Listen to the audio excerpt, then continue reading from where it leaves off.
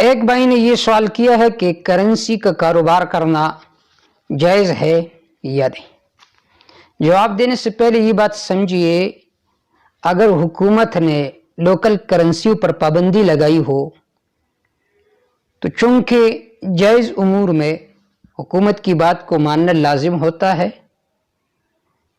تو دھوکے کے ساتھ کرنسی کا کاروبار کرنا کہ باقاعدہ آپ کو اجازت نہیں ملا ہے حکومت کی طرف سے، یہ پر جائز نہیں ہے۔ لیکن بہر کیف جن کے پاس اجازت نامہ ہے، حکومت کی طرف سے انہیں اجازت مل چکی ہے کرنسی کے کاروبار کا، تو یہ کاروبار کرنا جائز ہے۔ پھر اس کی دو صورتیں ہیں بنیادی طور پر کرنسی کے کاروبار کا۔ ایک ہے حقیقی کرنسی، جسے ثمنی خلقی کہا جاتا ہے، یعنی جو خلقتاً ثمن ہو، جو خلقت کے اعتبار سے ثمن بننے کی صلاحیت رکھتی ہو، جیسا کہ سونا ہے، چاندی ہے، یہ کرنسی ہے خلقتاً ابتدا سے۔ اور دوسرے نمبر پر ہے ثمن عرفی، جو لوگوں کے تعامل کی وجہ سے ثمن بن چکا ہو، جیسا کہ ہمارے یہاں جو روپیہ ہے یا ریال ہے، یہ ثمنی خلقی نہیں ہے بلکہ یہ ثمن عرفی ہے۔ اس کے پیچھے سونا ہے، یہ اس کی رسید ہے۔ ابتدا میں لوگوں کا جو کاروبار ہوتا تھا، لین دین ہوتا تھا، وہ سونے کے ساتھ ہوتا تھا۔ پھر مشقت ہو گئی، تکلیف ہو گئی، ہر جگہ آدمی اپنے ساتھ سونا لے کر نہیں جا سکتا تھا، راستے بھی پرامن نہیں ہوتے تھے، تو انہوں نے ایسا انتظام شروع کیا۔ مثلا میرے پاس 1 تولہ سونا ہے تو میں انہیں رسید دے دیتا کہ دیکھو یہ اس 1 تولے سونا کا رسید ہے، جیسا کہ چیک ہوتا ہے، 1 لاکھ کا چیک، 2 لاکھ کا چیک۔ اس دور میں اس کے پیچھے حقیقتاً سونا ہوتا تھا۔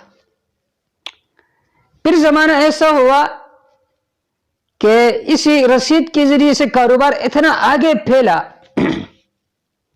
کہ لوگوں کے تعامل کی وجہ سے، عرف کی وجہ سے، اب یہی کاغذی نوٹ یہ ثمن بن گیا۔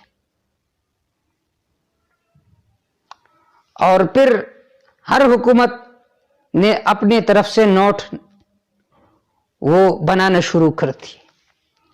جس ملک کا پیسہ وزنی ہوتا ہے، وجہ یہ ہوتی کہ اس کے پیچھے سونا زیادہ ہوتا ہے، جیسے ریال ہو گیا، ڈالر ہو گیا۔ اور جس ملک کی کرنسی وہ قیمتی نہیں ہوتی، اس کی بنیادی وجہ یہ ہوتی کہ اس کے پیچھے سونا کم ہے۔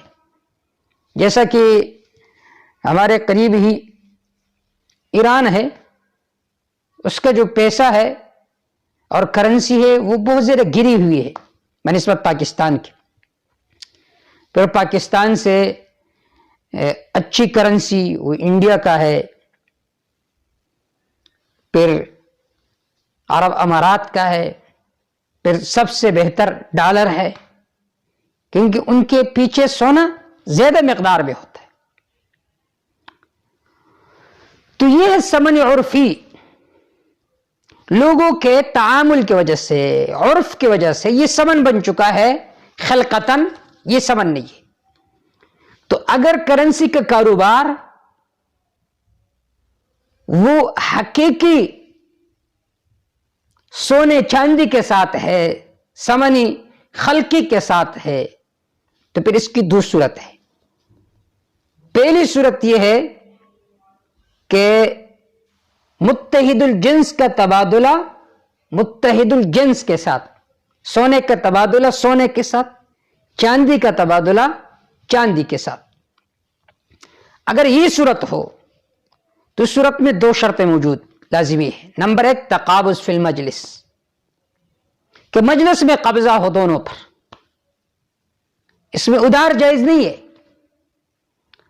اور نمبر 2 مساوات، برابری، اس میں اضافہ جائز نہیں ہے، کہ ایک طرف 1 تولہ سونا ہے، دوسری طرف 3 تولے سونا ہے،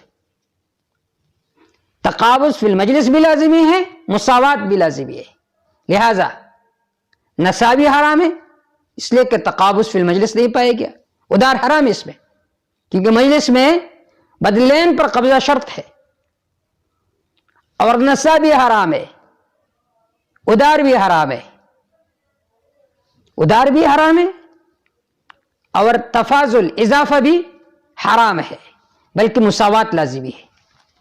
اگر متحد الجنس کا تبادلہ متحد الجنس کے ساتھ ہو تو پھر یہ دونوں شرطیں لازمی ہے۔ اگر مختلف جنس ہو تو تقابض فی المجلس لازمی ہے، البتہ تفاضل جائز ہے۔ اگر سونے کا تبادلہ ہے چاندی کے ساتھ تو مجلس میں قبضہ پھر بھی لازمی ہے، لیکن اضافہ جائز ہے۔ یہ پہلی صورت کی 2 اقسام تھے، اس کا حکم ذکر ہو گیا۔ اگر ثمن عرفی ہو تو پھر اس کی 2 صورت ہے۔ نمبر 1، ایک ملک کی کرنسی کا تبادلہ اس ملک کے کرنسی سے، مثلا پاکستان کی کرنسی ہے، اس کا تبادلہ پاکستان کے کرنسی کے ساتھ۔ عرب امارات میں ریال ہے، اس کا تبادلہ اس ریال کے ساتھ۔ دوسری صورت یہ ہے 2 مختلف کرنسیوں کا آپس میں تبادلہ، یعنی جو ریال ہے اس کا تبادلہ پاکستان کے پیسے کے ساتھ۔ تو پہلی صورت کا حکم یہ ہے کہ اگر ایک ملک کی کرنسی ہو تو اس صورت میں تفاضل ناجائز ہے، مجلس عقد میں ایک پر قبضہ کافی ہے۔ پاکستان کا روپیہ ہے تو یہاں پر میں ایک کو 1000 روپے دیتا ہوں اور اس سے 2000 روپے لیتا ہوں، یہ ناجائز ہے، مجلس میں ایک پر قبضہ کافی ہے۔